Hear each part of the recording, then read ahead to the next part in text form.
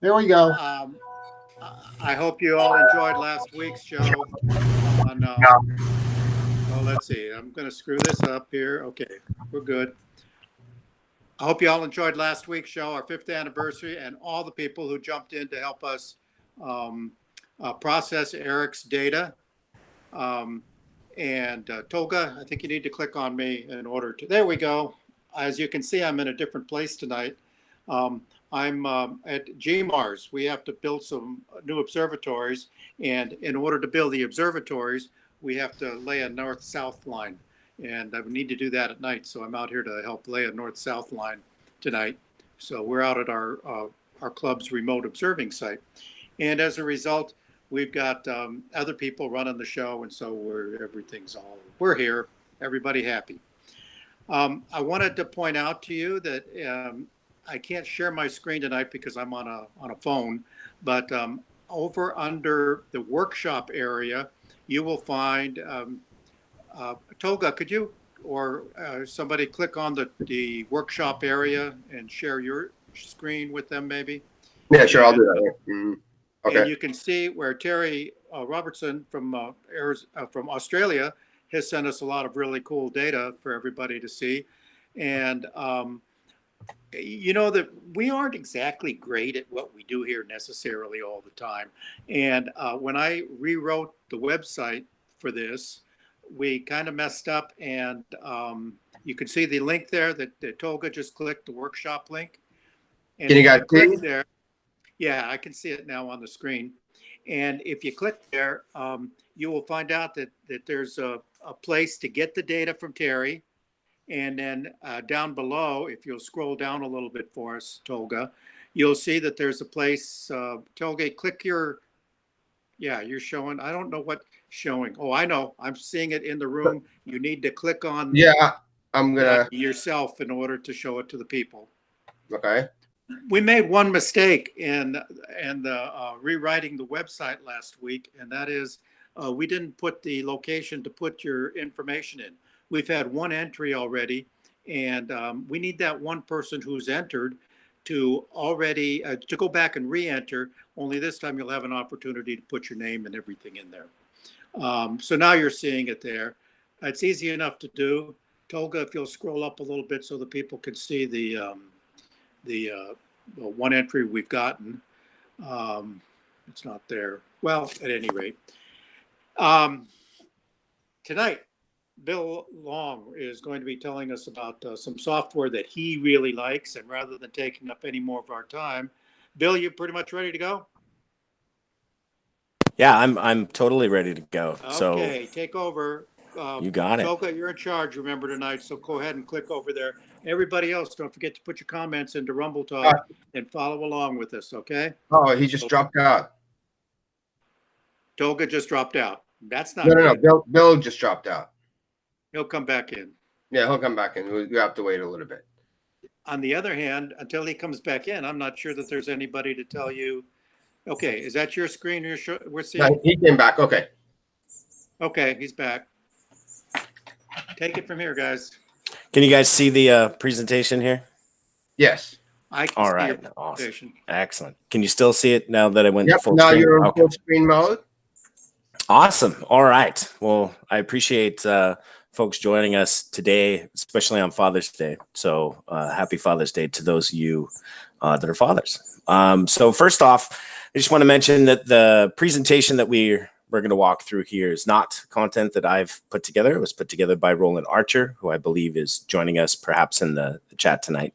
But anyhow, it's a great presentation and set of data that'll kind of allow me to better frame up the discussion about Voyager. So what is Voyager? So Voyager is 7 years of work by Leonardo, who's an Italian astroimager. For those of you that are on cloudy nights, Leo was and still remains a pretty big contributor over there in terms of astroimaging. So he's a professional developer that writes real-time software for banking. And for any of you that work in the software industry, you probably understand that banking software is some of the most difficult software to write, given the level of precision and reliability. So Voyager is a very reliable solution for unattended automation. So for those of you that enjoy sleeping and knowing that you're going to get good data, Voyager is a great piece of software for that. The initial goal when Leo wrote the software was to ensure that he would have a reliable software platform, especially when you go, pack up all your gear, take it out to a dark site. The last thing you would want is to have software ruin the trip for you. A pretty cool little slogan here is that Voyager can't fix a broken cable, but anything that's software related, it does an absolutely fantastic job of being able to recover from.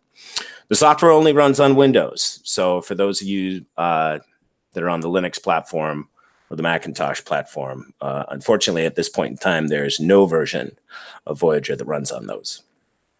The cost of the software is about 69 euros, which, roughly in terms of monetary translation, that's about 79 bucks or so. And you're allowed to use it on up to 3 PCs with that particular license. It is worthy of noting that they are increasing the price to 129 euros on August 1st. If you buy the software now, you can still purchase it at the 69 euro price.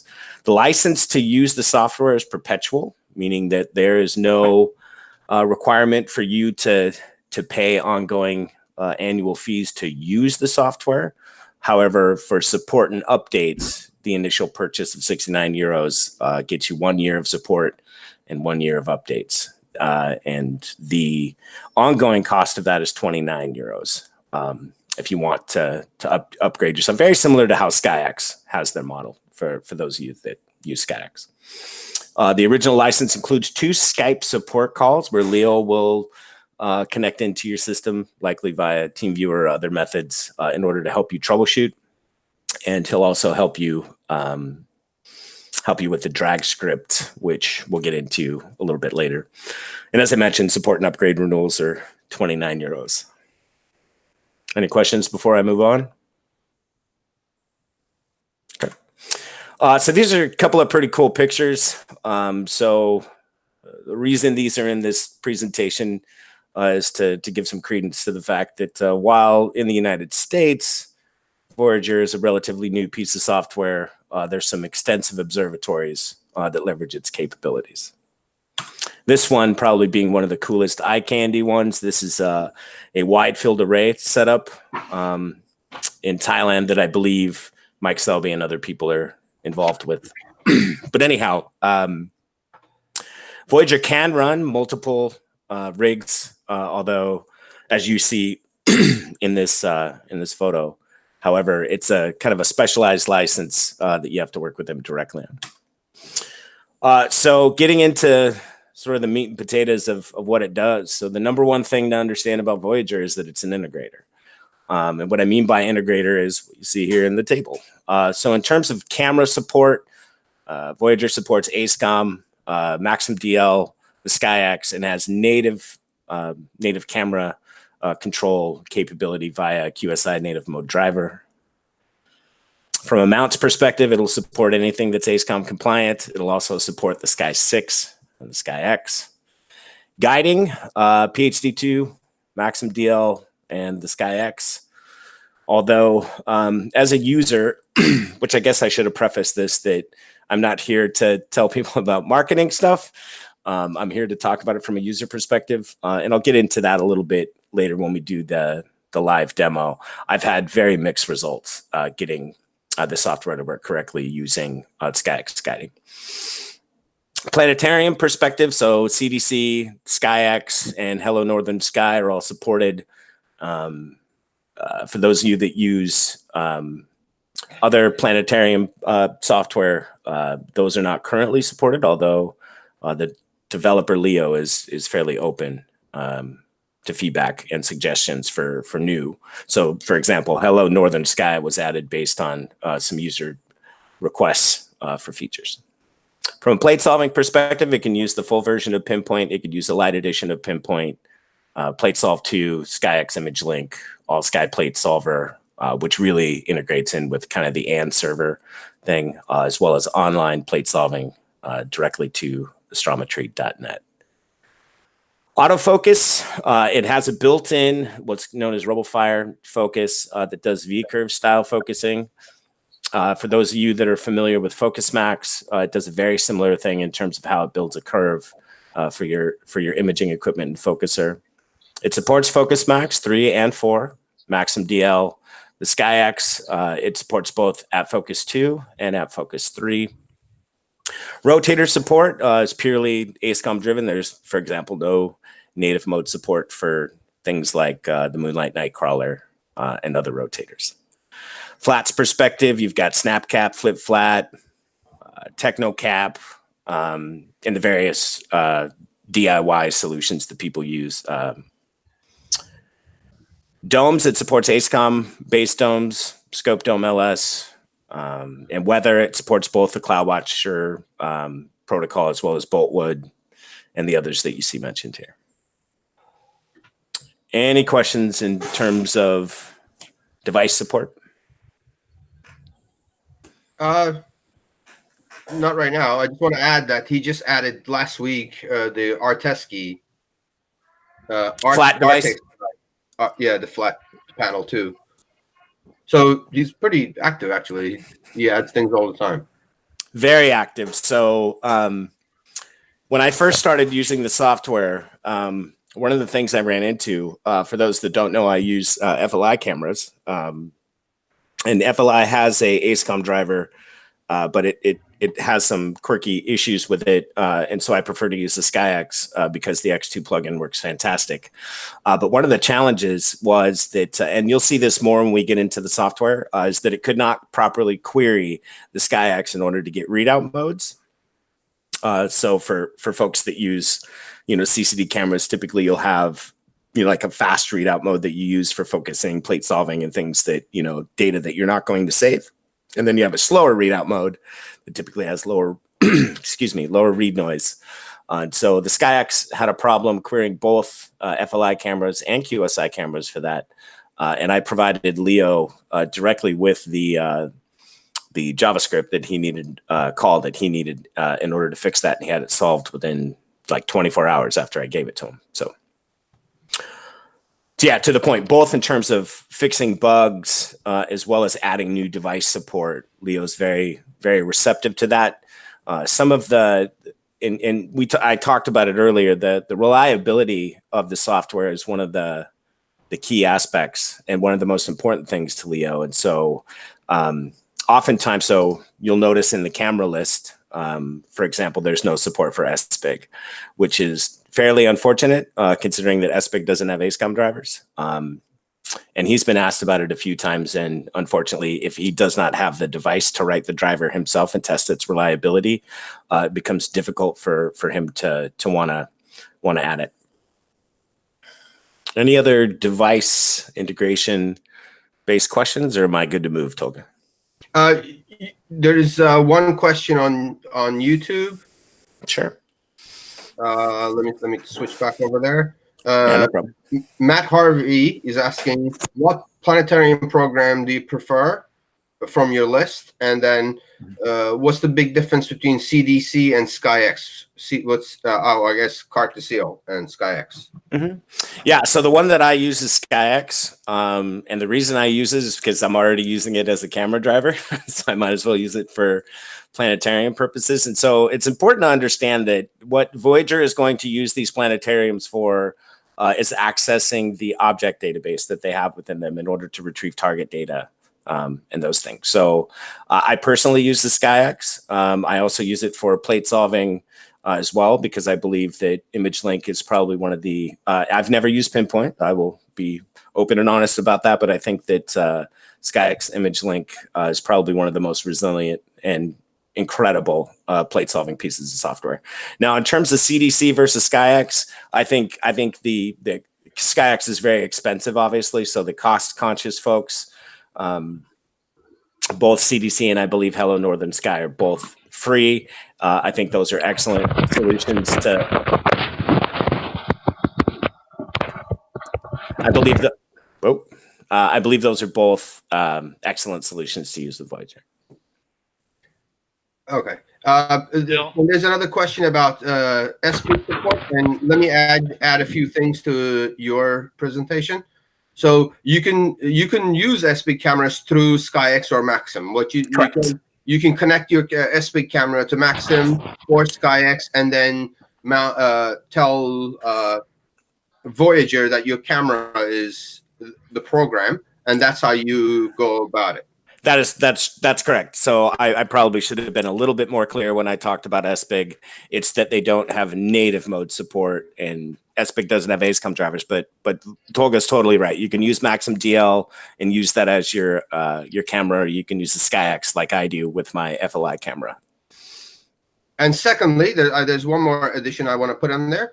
The new SPIG cameras, the Illuma cameras, they just introduced an ASCOM driver for those. So the older, the red cameras and the gray cameras, to make it distinction a little better, the old gray cameras, which is the STL versions, and the STX, STT, STX red ones, they don't have ASCOM drivers. But the new cameras that are blue, they're called Illuma. Mm-hmm. Those do have ASCOM drivers. Oh, that's fantastic. It'd be great if they expanded that to include their older cameras. I don't think that's good. Tolga, can you hear? Tolga, can you hear me? Yes, I can. Okay. I have a question for Bill. Mm-hmm. When we were going through the description of it costs $79 and about to move to $129, etc. Mm-hmm. If I have a CCD camera and the rest of the rig and all that other stuff, and I pay my 79 or 129 euros or whatever, mm-hmm. What else need I buy in order to use this software? So Voyager does not. So I know we've been talking about Maxim DL, we've been talking about SkyX. If everything is ASCOM compliant, or in other words, if there's a way for Voyager to integrate with it, you don't need any other pieces of software. Other than, for example, there's no built-in guiding, as I talked about here. You'd have to have like PhD2, very similar to the experience you would have with something like SGP. But at the core, you would not need anything. So, for example, where we talk about planetariums here, there's CDC, SkyX, and Hello Northern Sky. You can use SIMBAD lookups, which is what you would do in SGP when you look up things. It connects to the internet, goes to SIMBAD, and pulls down the data. You could still do everything via SIMBAD, and it'll work just fine. So, a planetarium is not required. But I would say that the experience using a planetarium, it probably makes it worth.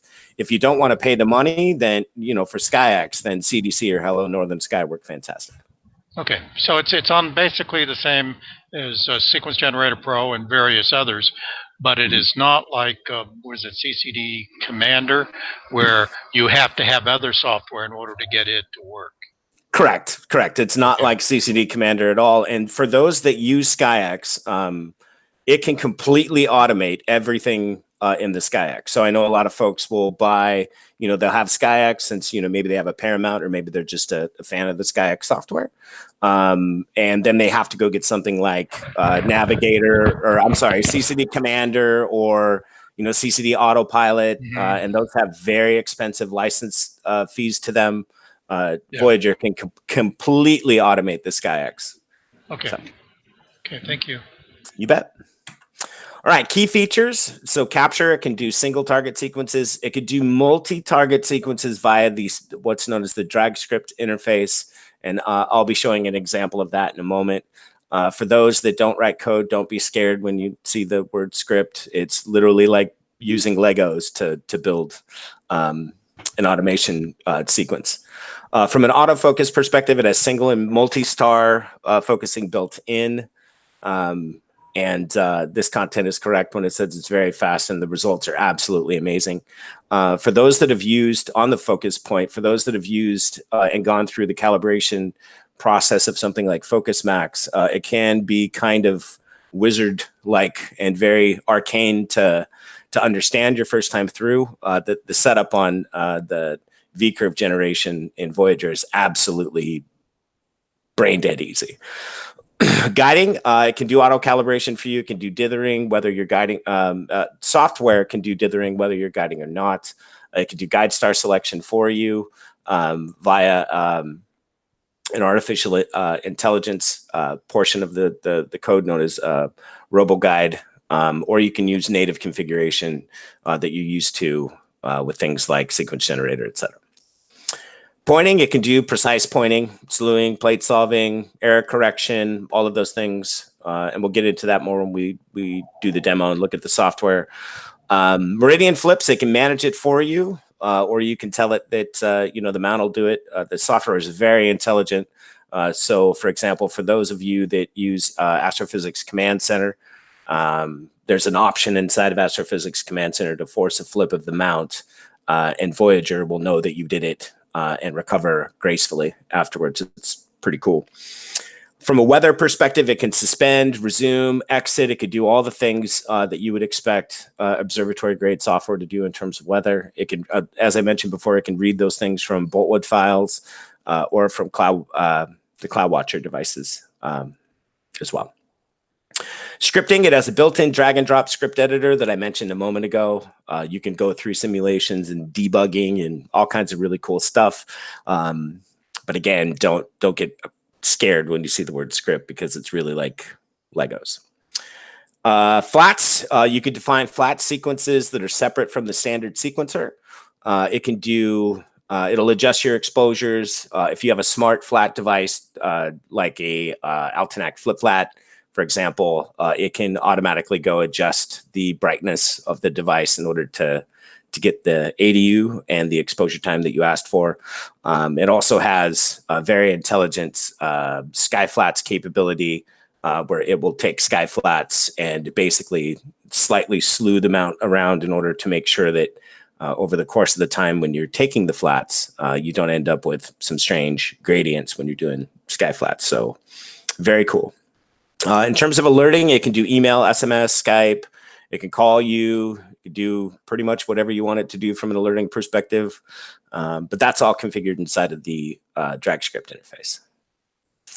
And the note here at the bottom of this slide is completely true. The reliability of the software is the paramount thing that Leo has designed this software for. The verbatim here from Roland was that he had no crashes or hangs in multiple all-night unattended sessions. And I've been using Voyager since November of last year, and I've never had it crash. I've never had it not do what I asked it to, unless, of course, the weather disturbs something. Any questions on the features here? We have some questions. I think Sure. it's best if we hear the rest of the presentation before I introduce them. Okay, sure. So we talked about focus, and so there's a number of slides that we're about to go through that talk specifically about focus, and the reason for that is that it's 6:30-ish or 6:40-ish or whatever here in the West Coast, and I will not be, even though it's clear outside, I will not be able to show you guys some actual runs of the software. But the other reason for that is that the focus is a very important piece of the discussion when you talk to people about automated astroimaging software. Probably one of the most common things that people want to talk about was, well, how good does it focus? And so I had mentioned earlier that the V-curve generation of Voyager was brain dead easy. And so what this screen is showing you here, what this screenshot of the First Light Wizard that you run, and we'll get into that more when I touch down on the software. You have to be using a motorized focuser.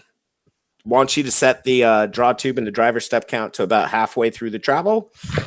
There are some settings inside of the software, and we'll look at that here in a second, just to make sure that your focuser limits are set correctly in terms of maximum travel. And then if you have known amounts of backlash in your focuser, there's a place for you to go configure that. So this is a screenshot that shows the V-curve run. And so what I mean by V-curve run is this is showing the process that Voyager goes through to move your focuser in, out, and all around in order to generate what you see in the graph at the bottom, in order to generate a curve that'll allow it to then plot the slopes of that curve and save that inside of your profile there, and thereon after.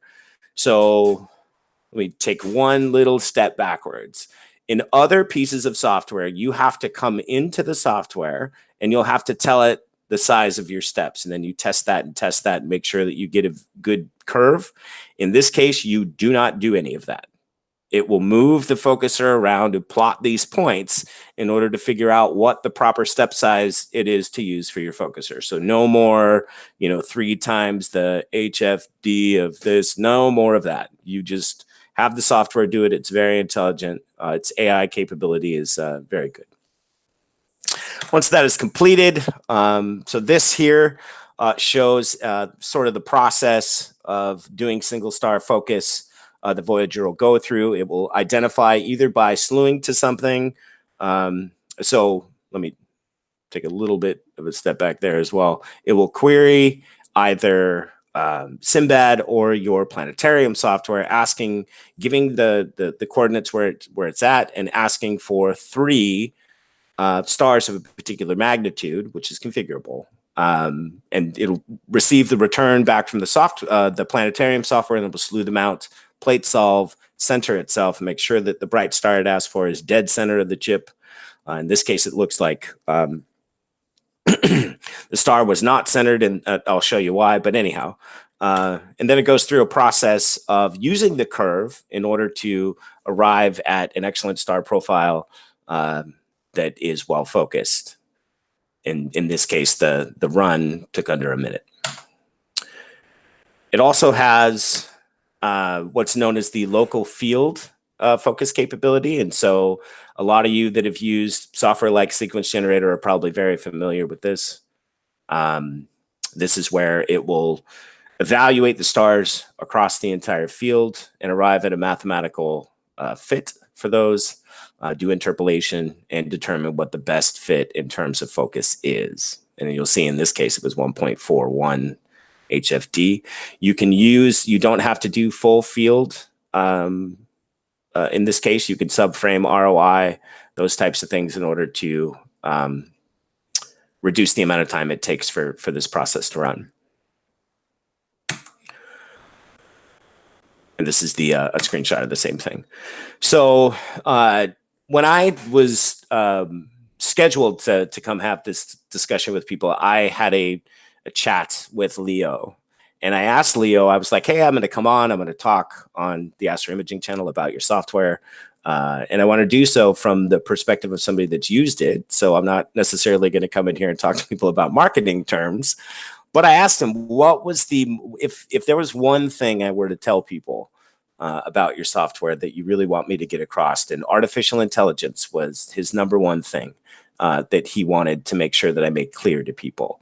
And so for those that aren't, software developers who work in the software industry, so AI, artificial intelligence, and also machine learning, the intent of it is for it to have the capability to learn as it does things. So for example, for autofocus, for guiding, for your sequence times and estimates of those types of things, it does not require you to feed it with a ton of detail, as you saw when we talked about how focus curves are built. It can use what it learns as it, for example, when you're focusing over the course of time, your profile and your focus will get better and better and better because it will learn about, your various sky situations or conditions at a period of time. And it spends a significant amount of time doing that, as well as guiding capability. And again, sequence time estimates over the course of using, for example, like the same imaging rig, those estimates are almost dead perfect over the course of time. And to the second point here, analyzing statistics when you use the software, and you'll notice that they will definitely continue to improve over time. So we're about to get into where I'm going to open up the software. So before I get into the software, Alex or Tolga, did you guys want to go ahead and rattle off the presentation-based questions? We've got a few here. I'm just going through them. Okay, let's start with Glenn has made some comments that Leo provides many frequent updates, and And then Michael asked, does it tell about the best exposure times? Glenn answered that, but what's your answer on that? Does it tell about your ideal exposure times? No, not really. I think that's probably a good feature aspect to them. But Is that even for flats? Can it help calibrate your flats? For flats, when we get into the flats wizard, I think for those that that use other pieces of software, you'll probably be blown away. But its capability to understand your flats it's remarkable. Okay. Glenn made a comment that drag script is amazing. Elmico asked if he points out that he uses a Pegasus focus cube, and he wants to know if it'll automatically do V curves. And a couple of people answered him later that as long as it's got ASCOM, it should be able to work. Do you have a comment on that? Okay. Yeah, so any ASCOM compatible focuser, it's going to work with. So that includes the Moonlight Nightcrawler, probably the Gemini focusers. I would imagine the FLI focusers as well. Anything that's ASCOM compliant, it's going to work with. Okay. Is there a free trial for the software? Absolutely. So when you install the software, it will automatically go into demo mode. And in demo mode, there are some limitations. Like I believe your sequence can only be like an hour. And so it's really intended for you to just demo the software. You can activate trial mode. And let me be clear, demo mode is perpetual. You could leave the software in demo mode and have one, the restrictions and limitations that the software imposes based on that. You could perpetually have that. You get the option to put the software into trial mode. And in trial mode, you have 45 days where you can use the entire feature set of the software. Let me add one more thing. Drag script does not work in demo mode. But anyhow, so you can put the software in the 45-day trial mode and use all of the features of the software for 45 days to make your decision on whether or not you want to buy a license. Okay. Hey, Bill, this is Eric. I have a question. Probably put you on the spot a little bit. Have you done like a feature-by-feature comparison with something like ACP? A feature-by-feature comparison with ACP, the answer to that question would be no, because I do not have a license for ACP. I can tell you this, though. It does not have ACP's scheduler at this point in time. And when I say at this point in time, that means that there is some development activity. And this is actually kind of a good segue. There's a whole API server that's built into Voyager that you can turn on or turn off, and then you can write your own software to interface with Voyager. And he gives being of course Leo, gives an excellent guide to the functions and things that are available in that API. There were some questions about the weather interruptions, how it handles the weather interruptions. Were you planning on talking about that later? Yeah, so we're going to talk. We'll talk. I don't use weather devices. Well, I have one, but I don't use it in a serious fashion. But we could talk about when we go through the UI. It's going to make a whole ton of sense in terms of weather control. Let's hold up. I'll just tell you what the questions are, and if you'd rather say we'll talk about that, that's the easiest answer for now. Okay, sure. And I forget who asked. Michael, I think, asked if it changed for Dan. Will it change for temperature compensation? I imagine that's going to be one of those things that you're going to talk about later. Change focus for temperature compensation. Yes. So the focusing algorithm will look at temperatures and then kick off a focus run if you tell it to do that. Yes. Okay. But when we go, that's another one. When we go through the UI, that's going to be apparent. Yeah. Okay. There's a question on YouTube. Ray's Astrophotography asks, does the focuser support all ASCOM focusers? Ones I have in mind are specific to SCT moving primary mirrors, which I don't think that makes a difference. It does not. It does not. And now, what does matter, which is, so when you're using mirror-based optics, in my personal opinion, so for I've got, a Newtonian telescope, a Ritchie-Chrétien telescope, a RASA. I've got refractors. When I use mirror-based telescopes, I typically use the single star focus algorithm that they have in there because the results seem to be better than using full field focusing.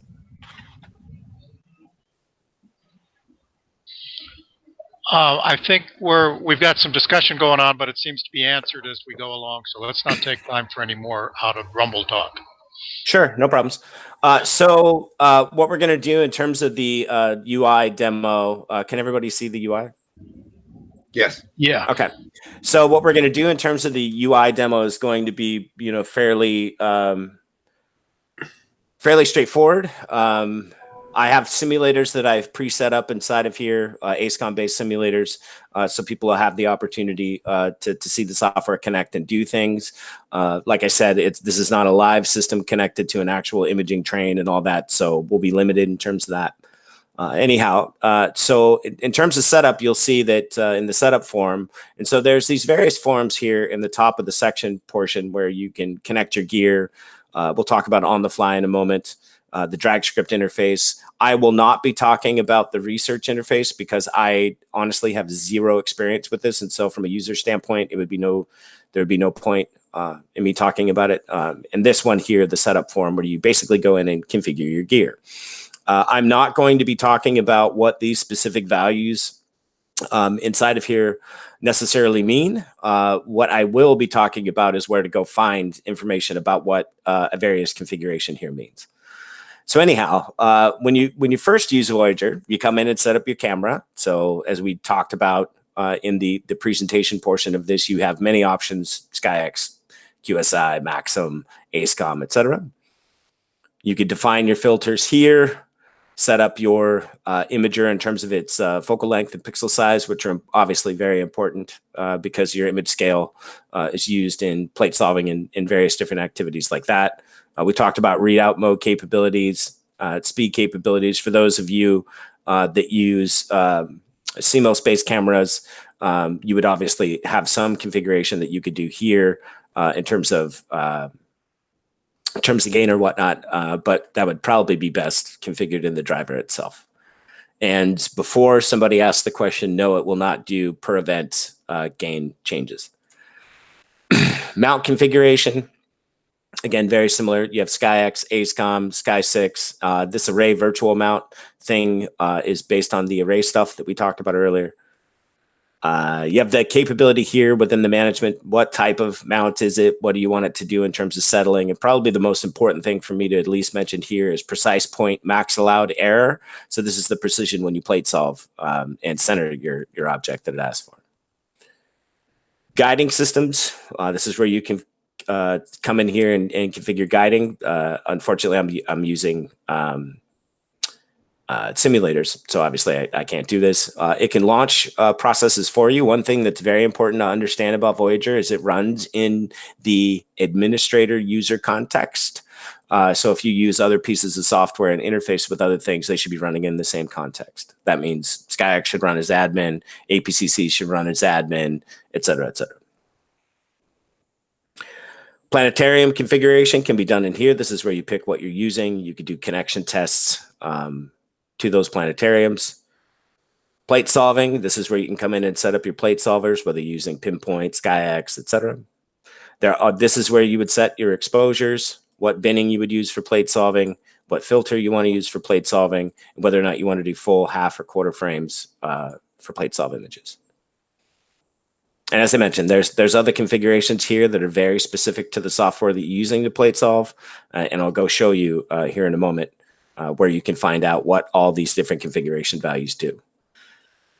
Autofocus, this is probably the one that's going to have most people's interest.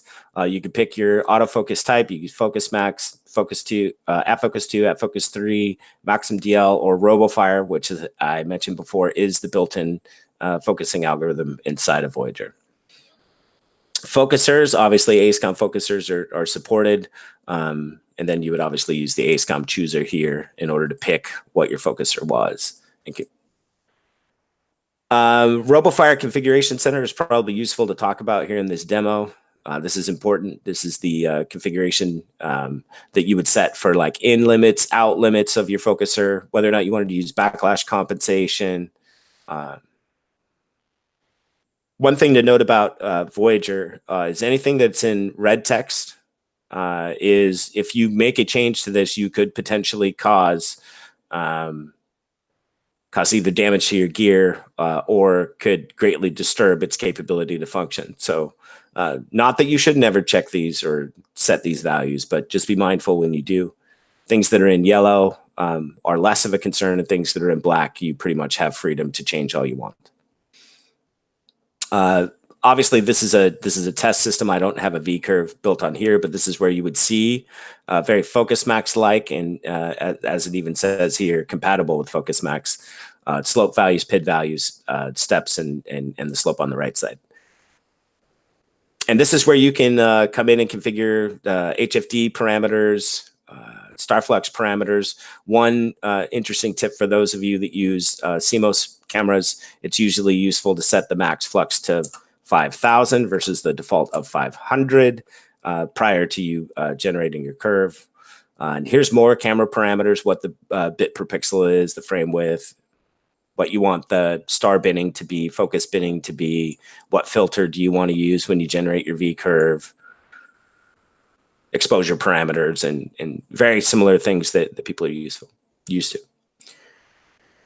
So we talked about this before. This is the first light wizard that you would run when you have your rig set up and you have it, polar aligned and all of that. You would run this in order to generate that your V curve, which is then used by the software in order to do all of its focusing. Rotators, it supports ASCOM based rotators, such as the Moonlight Nightcrawler.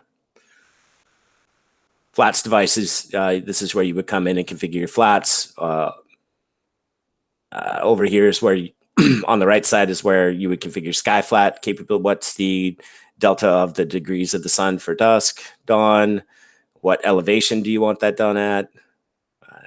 And what the acceleration is for light change. Again, these values are all explained in the wiki, and I'll be showing folks that in a second.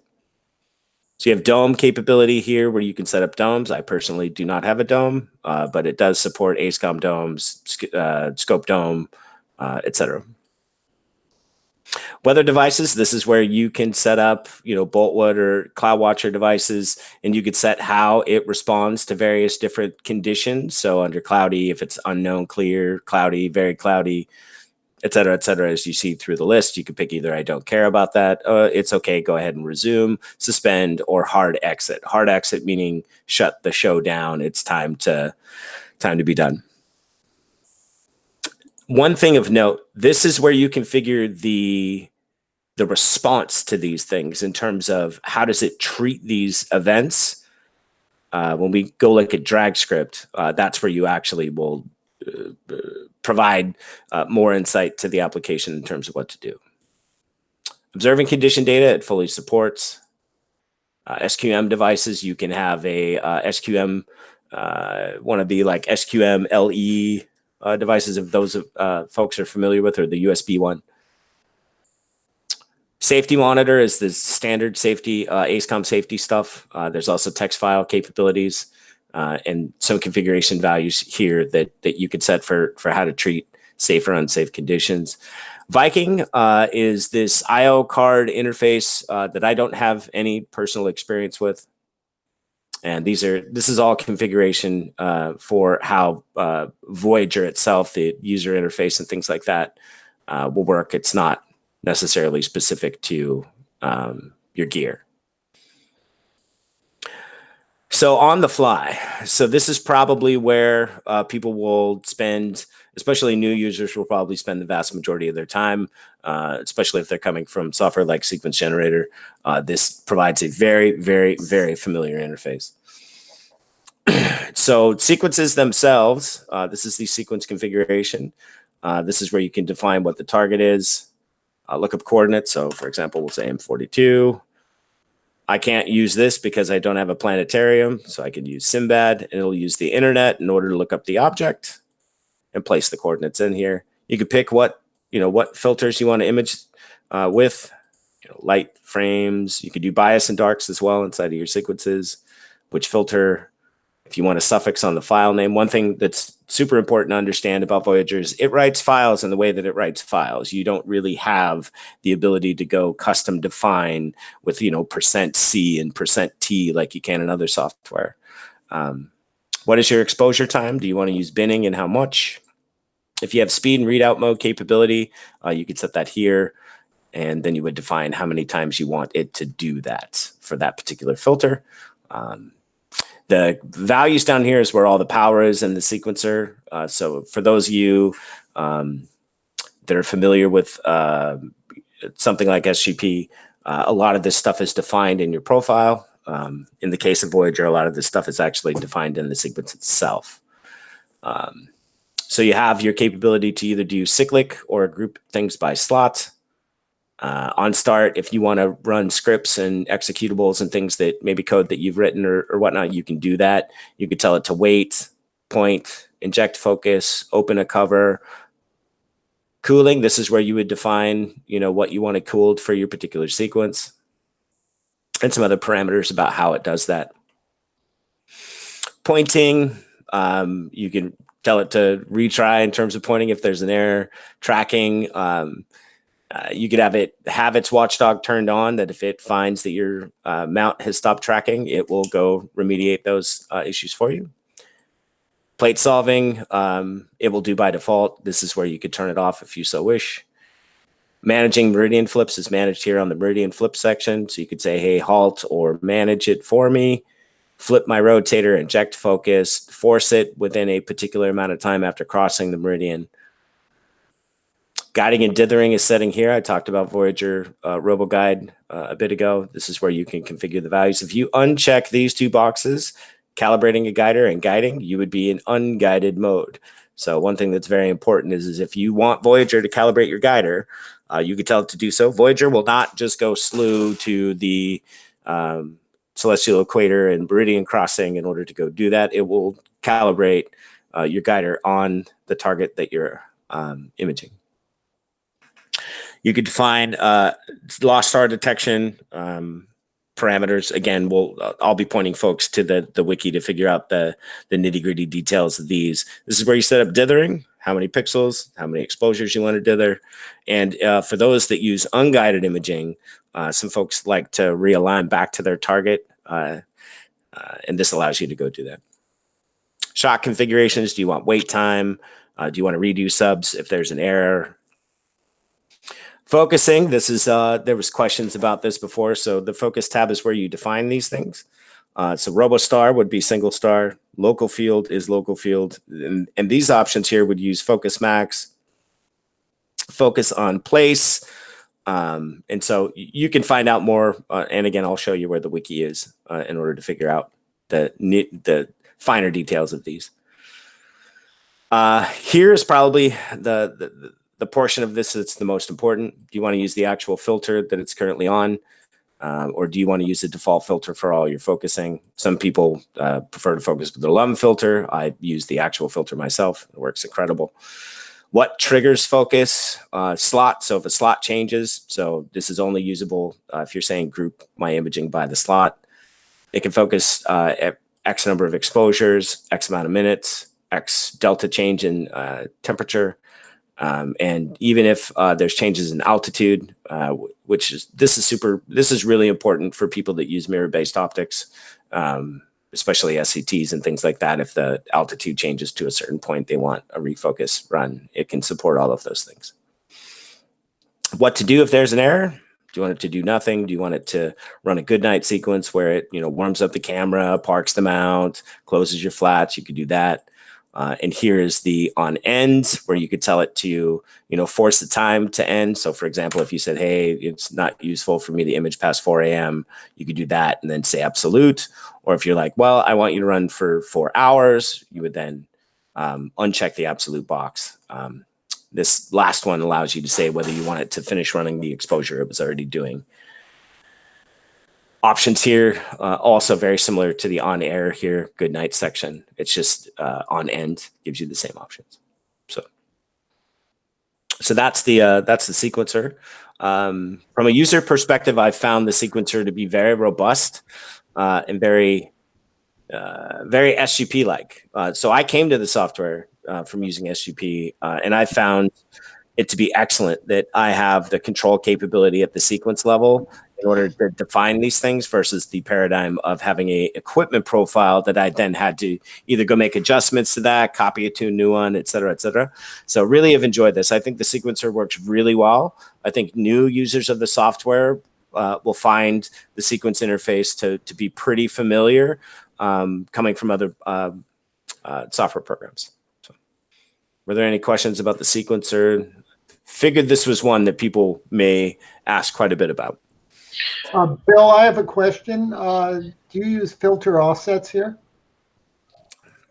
So filter offsets. So my understanding, and I'm probably going to be corrected about this, is that the software can support filter offsets, but they must be defined in another program. Meaning, if you defined offsets and had the camera controlled by SkyX, for example, and you had offsets that were defined in SkyX, SkyX will go move the, and it had control of your focuser. It would then go move the focuser based on those offsets. Voyager itself does not do it. Can I recommend that it uses filter offsets sometime in the future? That's really a critical thing. When I think that from experience, and if you're using Maxim DL, Maxim DL does not use filter offsets. I don't think it does. So I think that would be an important feature to have. Yeah, I think there's been some pretty great discussion on the Voyager forums about offsets. So if folks are interested in that, I can totally share, a link with people to go check out. There's some discussion. What did Glenn have to say about it here? I think that he said that that is one of the things that they're going to be working on. The developer has said it's on his to-do list, Glenn Diekman says. Hi, Glenn. And we've got some other questions that have come in the meantime. Let's see. Does it have an online support forum? And that was answered. Over in Rumble Talk, it was answered. Would you like to comment about the online support forum? Yeah, so it was recently migrated from the original starkeeper.it website to the new VoyagerAstro.com website. So Roland, who I see is in the room with us, he set up a new website and a new forum capability. The online support is fantastic. I can send an email to Leo, I could post something and he responds in lightning fast amounts of time. He releases new builds that have software configuration changes and those types of things. And very frequently, the support of Voyager is phenomenal. Okay. I have some questions on YouTube. Go ahead then. No, you can run through. I didn't realize you have more. I'll finish my list here. Sure. Glenn pointed out that you can calibrate your guider anywhere in the sky using a drag script. Mm-hmm. Any comments on that? Yes, you can. Okay.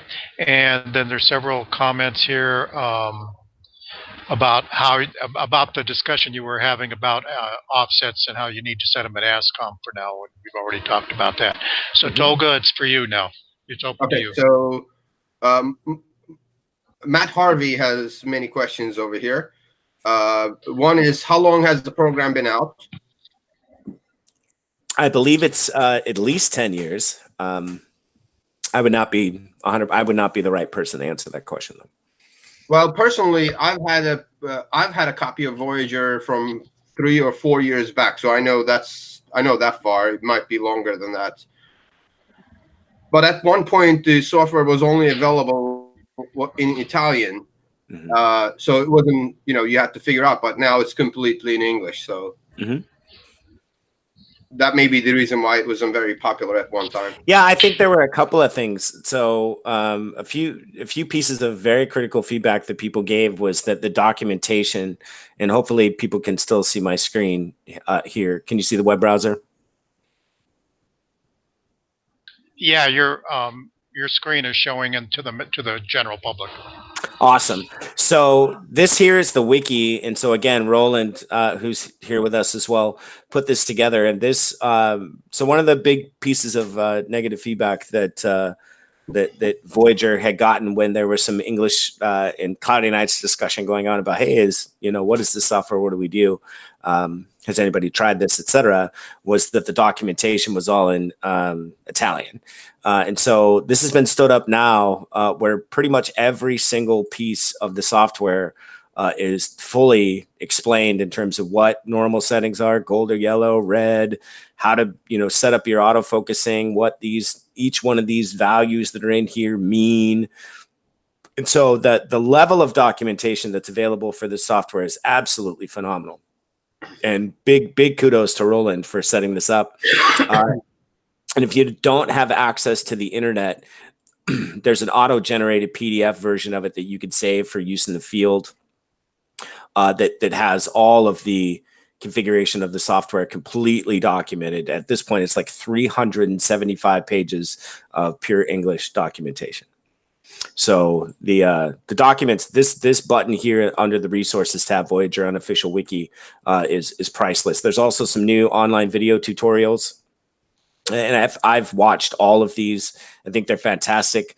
Diego's put together this particular one. I think he actually has another one that he posted on Cloudy Nights. It was really great. There's a video here that explains the installation, quick start, the FITS viewer, which I wanted to make sure I squeezed in the FITS viewer in my presentation, and then Viking, which again, I have zero experience using Viking. I don't do roofs and things like that. For those that manage roofs and observatories and stuff like this, is probably a pretty good video to go watch. But the documentation has been great. I talked about the API for those of you that might be software developers. This is the full documentation of what attributes are available, what functions are available, how to call them, what the results are going to look like, etc. So if you want to write your own applications that interface with the software, this is the extensive amount of control that you have, which is really cool for people in the software development community that might be astrophotographers.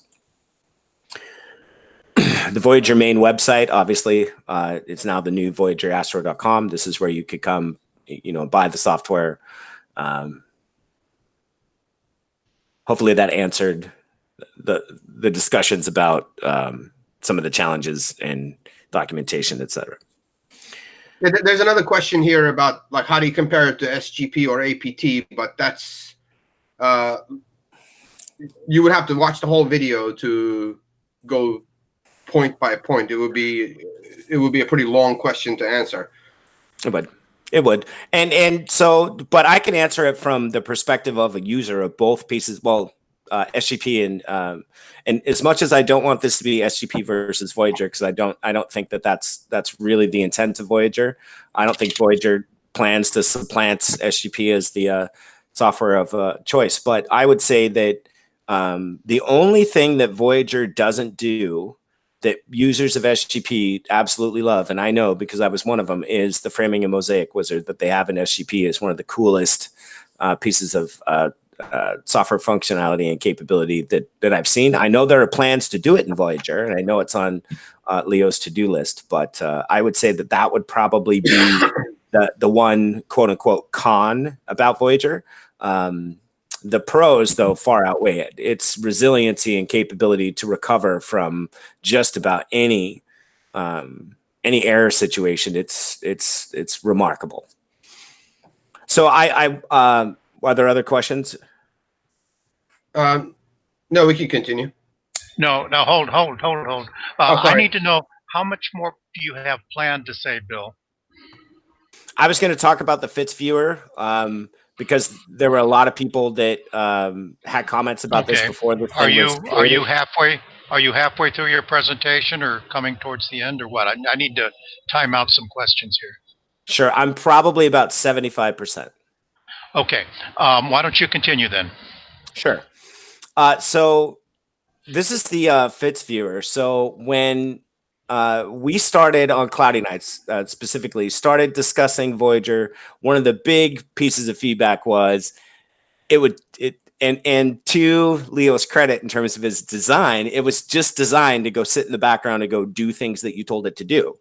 And one of the pieces of feedback that people gave was, well, I can't see the images. So it would take an image and there was no way to view the images that were being taken. And so Leo took that feedback, and I think he kind of went back and forth with it. And I think Roland had to twist his arm a couple of different directions in order for him to put this together. But one thing that's super cool about the Fitz viewer, this is a separate application. You do not have to buy a Voyager license to use this piece of software. You can use the Fitz viewer with no license. The Fitz viewer is fantastic, by the way. It uses, by default, uses the, you can see the little PixInsight icon here. It uses the PixInsight STF logic in order to auto stretch your images. And for those of you that use, maybe SGP, the auto stretch they do on data is not necessarily the best. This one's fantastic. So it can hold a history. Unfortunately, like I said, this is just a demo and trial system that I'm showing off here. But if you were imaging, you would see, that the whole list of the images that it's been capturing for you. You can, double click on them and open them, and it gives you some statistics here to the right. You can take a look at the Fitz header and read through the values that are in the header. What I, as a user, have absolutely loved is the way that it does an incredible job of determining the HFD of this particular image that I took here. So this is a 15-minute hydrogen alpha exposure of the Sadia region. And you can see that it shows that the HFD of the image is 2.3. The star index is 20.6. These are explained inside of the wiki in terms of what they mean. Gives you a histogram capability. You can change, various different values here if you want and move things around. It'd be crazy. You could look at the raw version of the image. And then this is a minor stretch of the image as well. This Fitz viewer is probably the best in class, in my personal opinion. I use SkyX when I do my imaging, and for those of you that use SkyX, the Fitz viewer in that software leaves a lot to be desired. Were there any questions about the Fitz viewer? I see no new questions about it. There's some discussion about it, but I think in the interest of time, we need to move on. Gotcha. All right. So the last thing I wanted to talk about was DragScript. And so I had mentioned this before, so this is going to be hard to see. Let me see. Maybe if I open it in the editor, it'll be easier to see. So this here is the DragScript interface where you could build blocks and define things and set up in a drag and drop fashion. So over here is where you have the elements. So you have like plate solving, guiding and dithering, calibrating a guider, the mount itself, you could slew to places. And so you can basically, via a Lego process, go through and build a set of logic for Voyager to use when it executes and runs your gear. So for example, in this one, I've got one sequence, it starts it. A second sequence, when it's done, it'll go start that sequence. It does have some if conditions to say, hey, send me an email and let me know if it was successful, and then what to do when it finishes. This is also where you can define the various different events and things that you want to do from an emergency perspective based on weather conditions and those things. So you get very similar controls and capability that you would have in high-grade astronomy software like ACP, just of course not the scheduler. So I've loved, by the way, using DragScript. I think it's absolutely fantastic. You can run your entire, the only thing that you would ever do would be to go into the sequencer, build a sequence, save the sequence file, and then in here you just call the sequence, and you could do it. You could do 10 sequences. They put in the capability for those of you that might be software developers, you can build 19 sequences, and then you could have a value up at the top where you could say, only run one of them or two of them or three of them, etc. So I have some questions about that, and I want to make some comments. Glenn, not Glenn Diekman this time, wants to know if the viewer comes with the Voyager in the first place, or is it a separate download? It does. It comes with it. It's installable. Obviously, you install it when you install the software. I believe that it's also available as a separate download. Okay. And if something goes wrong during the night, do I get a message that it's gone wrong? So by default, if you're using the built-in sequencer, so you mean on an error, if you scripted it doing that, yes. If so in the default on the fly sequencer, not really. In DragScript, you can have it do whatever it can SMS you, it can Skype you, it can do whatever you want it to. Okay, so it can send you the notices, but like over in SGP, you just click a flag that says, "Send me this particular message if this kind of thing happens." Here, you have to go into the scripting part of it to do that. Yes, correct. Okay, but the important thing to understand is the extensibility of that and the capability of calling you on the phone and the various things that it can do is pretty powerful. Okay. How many target areas can this thing handle in a night? As many as you, with the script editor, as many as you want to throw at it. With the default sequencer, 1. Okay, with the default sequencer, you do 1, and then you have to put the sequences together in the script in order to do many.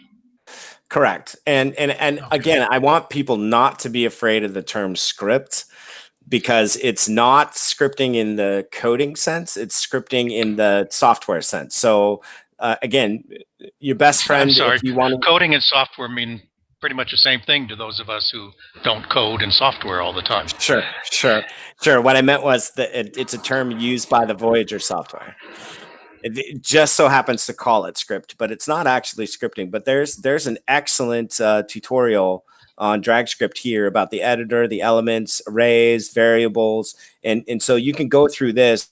And I believe that Roland even has some example scripts, but it really walks you through how to build these, how to run your scripts via the DragScript editor. It really kind of handholds you through the process, because the real power of this software is DragScript. This is the true, absolute, amazing power of the software is via DragScript, but it's going to take time for some people that aren't used to this sort of experience to do it. For those of you that are familiar with CCD Commander, it's very similar to CCD Commander and more powerful. Okay, we're finished over in Rumble Talk. How are we doing over in YouTube? We have a few questions, but I'm wondering if we should save these to the end, because they're not necessarily about what Bill was talking about. Let me just read a couple of them out. Well, Terry asks, is there a web interface, or is it a do you have to be online with the console? The other question is, does it do live stack? And does the viewer, can it do calibration? So to answer Terry's question, there is no web interface, but there is an API that I talked about earlier, but that would require somebody obviously to write their own code in order to do. I think there was some planning for those of you, and that sounds like a question from an ACP user, and if I'm right or wrong about that, I guess it's largely irrelevant. I believe that there was some development capability that people were putting into scheduling. I think that, if the more that we get, more people that write software interested in this, and when they find that API, I think we'll probably see some pretty cool homegrown web solutions and things like that. But out of the box, Terry, no. To the other question, Tolga, can you refresh my memory on the second question? Sure. Can it do live stack? Live stacking? No. No. Answer that question. And then about the FITS viewer, can the FITS viewer do calibration? No, absolutely not. Yeah, it's just a viewer like everybody else. Correct. Everything that you see there is just view-only manipulation of, you wouldn't use this to calibrate your data. No. That's it for now, I think. Cool. I hope I didn't miss anybody. If I missed anybody on YouTube, please just let me know. you could just type underneath again, and And same thing goes for over in Rumble Talk. If you're there, Tyrell has pointed out that the drag script is very easy to get used to, and you can set the if-then conditions for certain actions and take care of a lot of that stuff. And you just drag and drop it, I guess, and take care of it that way. He sounds like he knows. Max Moreau, it would be nice to load more than the sequence, especially if you could update drag script. It would be nice to load more than sequence, especially if you could update drag script. The drag script functionality is extensive, and this drag script in and of itself could be its own presentation, probably best done by Roland, not by me, on this channel to really talk about what you can do and what extent that you can go at with this. You have full. You can, like I'm showing here in my little silly, just drug these 3 things down. You can shut down the PC. You can restart the PC. You can kill processes. You can do just about anything. You can interact with your dome, cameras, autofocus capabilities, your rotator, your flat. I mean, you could do whatever you want in DragScript. It is super powerful. Okay. It is it's the best selling point of the software. We've had another question come up. It's not exactly a new topic. Tell us about weather recovery. If a cloud comes by and your sensors say stop, what happens and how does it restart?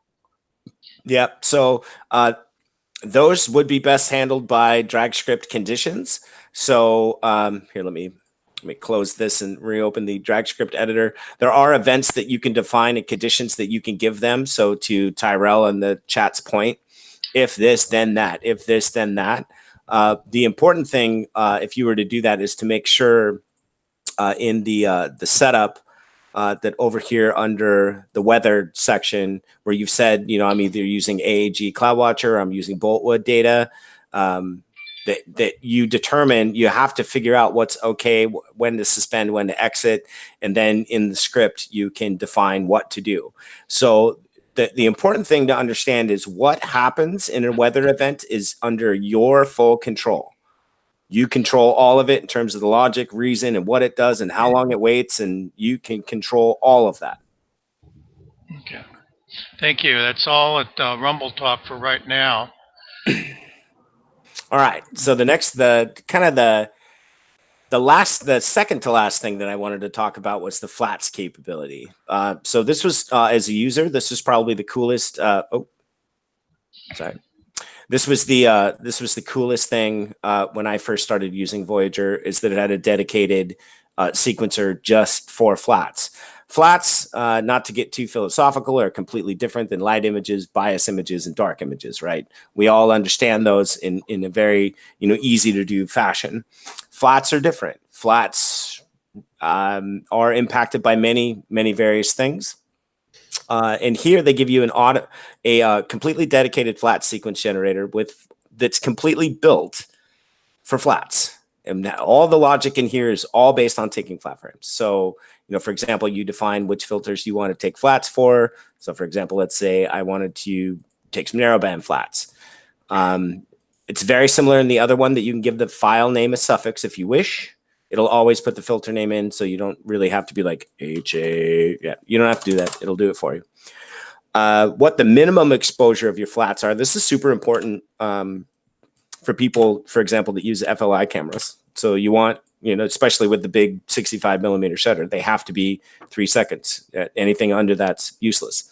What the maximum exposure time for the flats are, so you can leave it at the default. You could say, 120 if you want. What is the initial exposure time? What is the initial brightness of the panel? What the target ADU is, and what you accept in terms of the maximum error. How does it calculate? Does it calculate using an ROI? When I say calculate using an ROI, what I mean is it takes the frame, and what portion of the frame does it use to figure out whether or not it's within the max error tolerance and target ADU that you gave it. What the bin is for your flats, and if you have speed or readout mode options, very similar when we looked at the sequencer, you could set those here, and how many flats you want to take. There's a base flat name that you can change.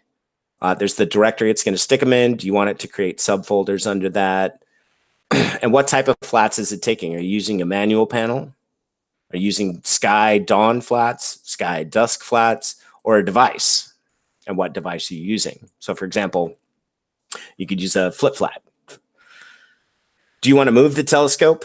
Do you care about that? Do you not? You could tell it to move to particular alt NAS coordinates. You could tell it to park if you want it to. Does it move the telescope during the flats? Do you not care? Do you want it to stop tracking? You'll notice if I change it to sky, I can tell it to dither literally move the mount a small amount every time it's taking the flats, which is very useful for sky flats, by the way. And do you want to slew for each flat or only when it changes the filter?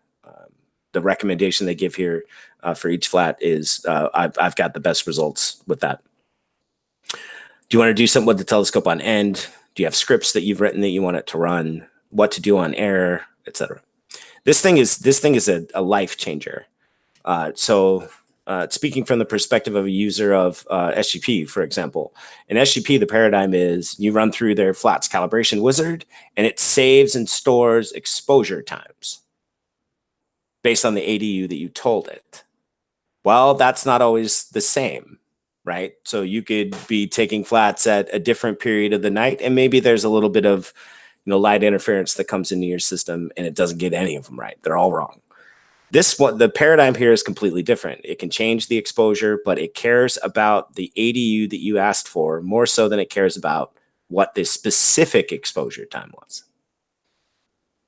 So out of all of the utilities in Voyager, the number one most impressive one was the focusing.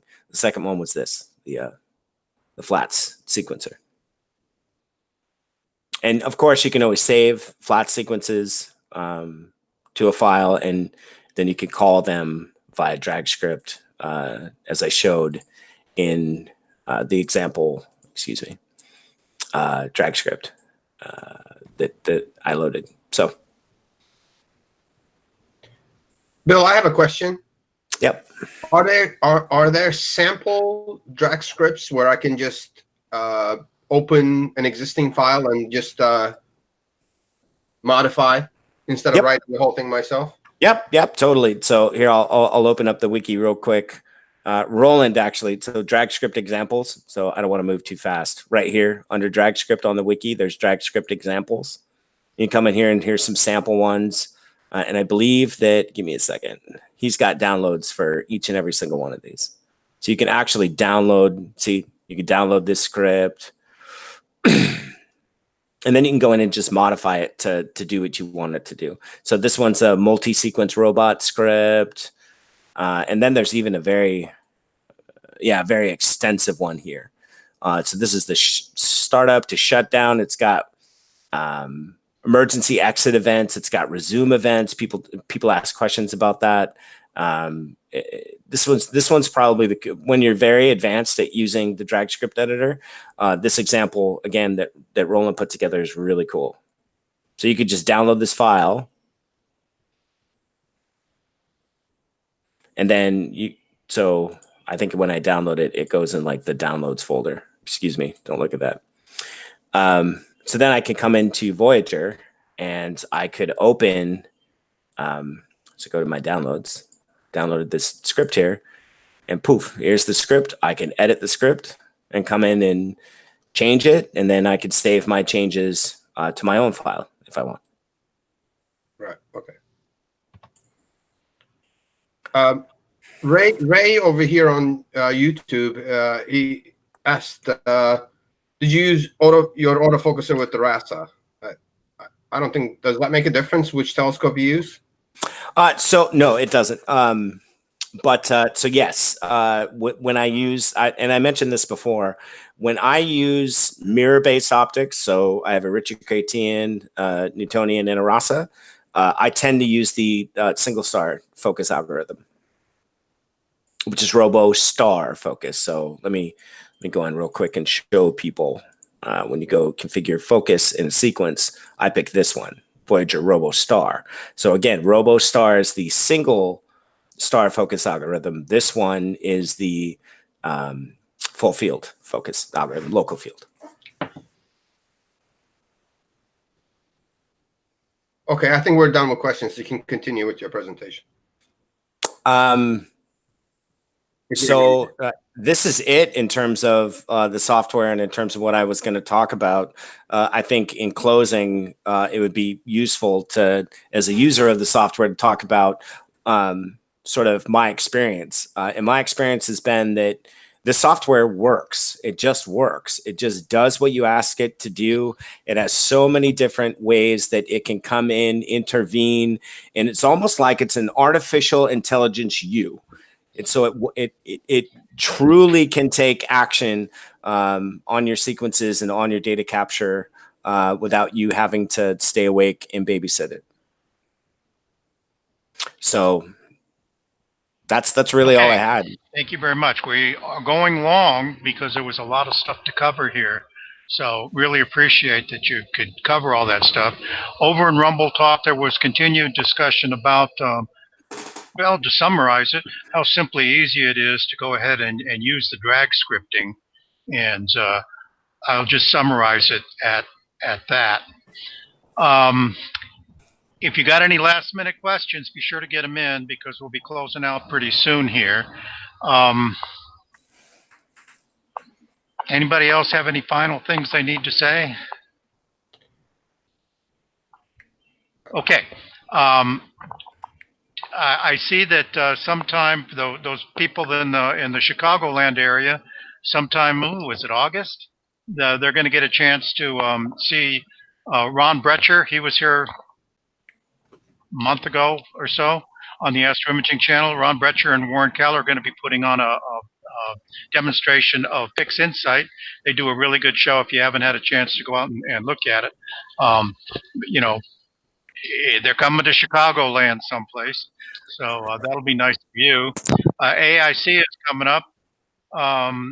Let's see, is Ray coming on next week? I think Ray Gralek is coming on to show us what the. I'm really excited about my icons over here. There they go. Ray Gralek, I believe, is coming up on Pempro next week, and then Carrie's going to be here the week after that, I think. Showing us about the nightscapes and things like that. I hope that you'll have a chance to join us for those. Be sure to come along and show us what's in your processing skills by going to the workshop and getting that done. Anything else we need to cover, guys? Because it's about the time to check it out, right? Check out. I think I just wanted to say that the discussion that Ray Gralek's going to give on Pempro, I think people should make sure they tune into that one. Tolga. Yep. Yes, sir. Oh, we're going off air. Good night, everybody. Tolga. Yes, sir.